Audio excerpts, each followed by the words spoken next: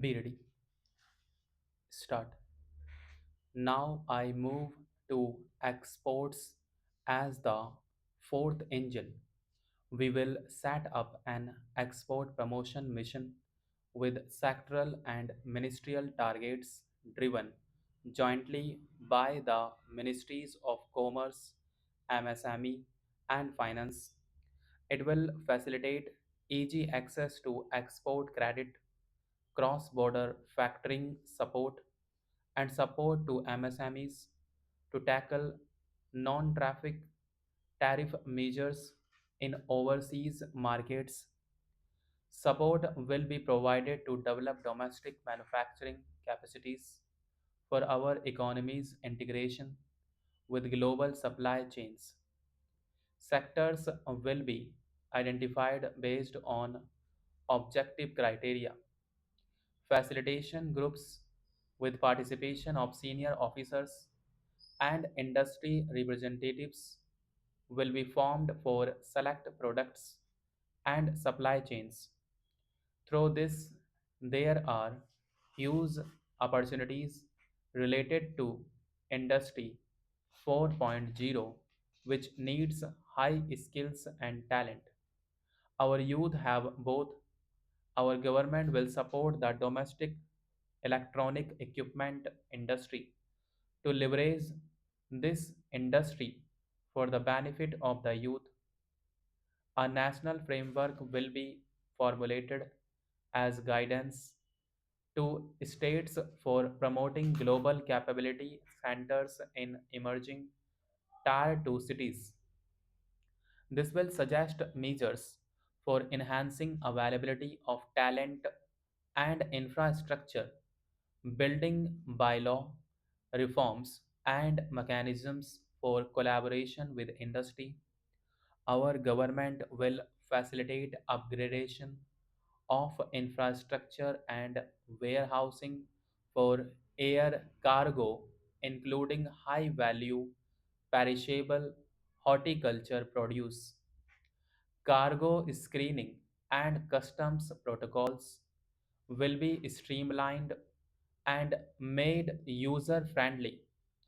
Now I move to reforms as the fuel and detail specific reforms.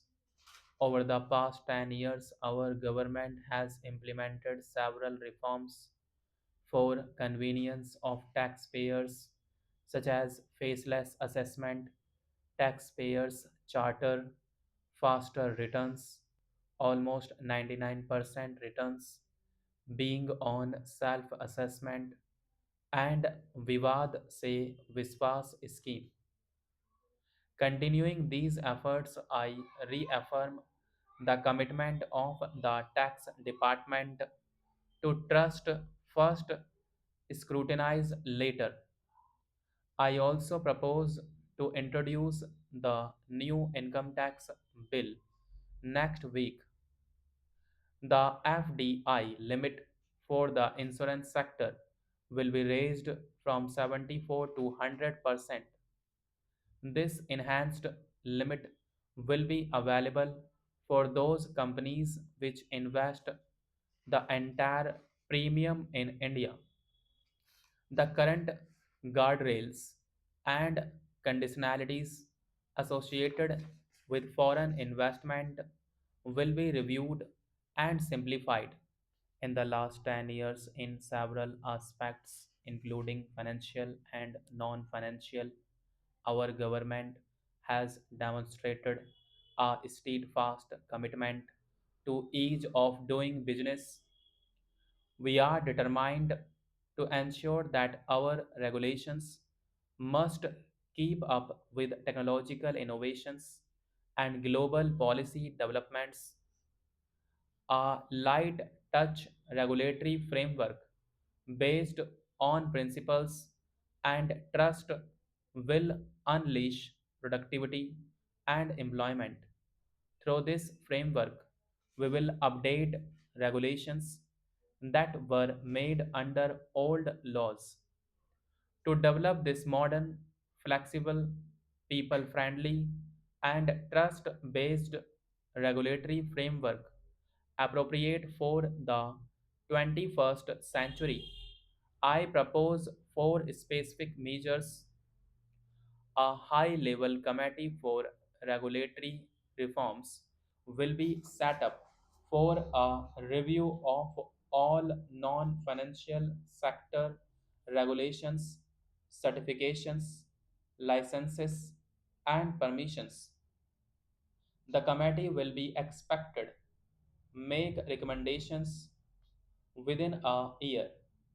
The objective is to strengthen trust based economic governance and make transformational measures to enhance ease of doing business, especially in matters of inspections and compliances.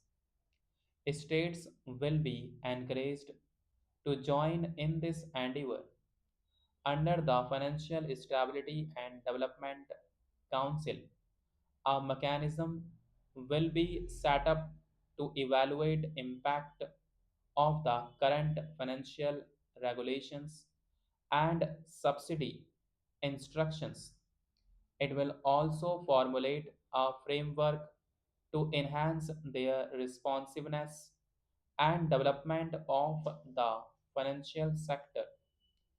In the Jan Vishwas Act 2023, more than 180 legal provisions were decriminalized. Our government will now bring up the Jan Viswas Bill 2.0 to decriminalize more than 100 provisions in various laws. Now I move to fiscal policy matters. In the July budget, I had committed to saying the course for fiscal consolidation.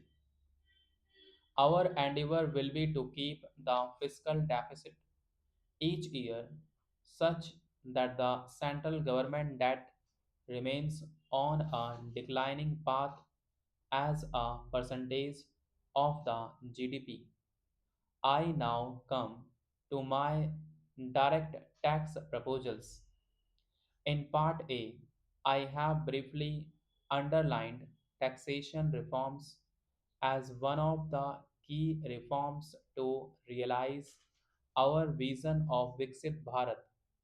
In respect of criminal law, our government had earlier ushered in Bharatiya Nyaya Sahinta, replacing Bharatiya Dand Sahinta. I am happy to inform this august House and the country that the new income tax bill will carry forward the same spirit of Nyaya. The new bill will be clear and direct in text with close to half of the present law in terms of both chapters and words. It will be simple to understand for taxpayers and tax administrations, leading to tax certainty and reduced litigation. Reforms, however, are not a destination, they are a means to achieve good governance for our people and economy. Providing good governance primarily involves being responsive. The government, under the leadership of Prime Minister Modi, believes in Sabka Saath, Sabka Vikas, Sabka Viswas, and Sabka Prayas. In line with this, we brought in updated return facility in 2022 for voluntary compliance by taxpayers who had omitted to report their correct income. Our trust to taxpayers was proved right. Nearly 90 lakh taxpayers voluntarily updated their incomes by paying additional tax. Taking this trust further, I now propose to extend the time limit to file updated returns for any assessment year from the current limit of 2 years to 4 years.